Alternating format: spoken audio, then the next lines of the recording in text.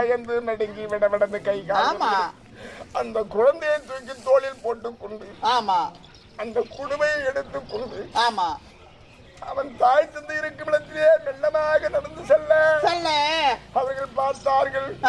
கண்ணே சிவலிங்கா, நம்மை போன்ற பிள்ளைகள் எல்லாம் எவ்வளவோ சந்தோஷமாக பாடகசாலையில் வாசித்து பிள்ளைகளோடு விளையாடி அறுசுவை பதார்த்தம் உண்டு சந்தோஷமாக இருக்க இந்த வயசான கிழவன் கேள்வி செத்து தொலையாது எங்களை தூக்கிட்டு நம்மள காவடி கட்டி ஊரா சுமந்துகிட்டு இருக்கிறமே.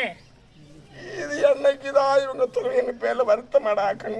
வாடா மகனே, ஏண்டா பேச மாட்டேங்கிறேன், ஏண்டா இம்மா நேரம் என்று கேட்க தசரதனுக்கு ஒன்றும் சொல்ல முடியாமல் வாய் வராமல், ஐயா யாரு இது வேற்று குரல், நான் அயோத்தி மன்னன்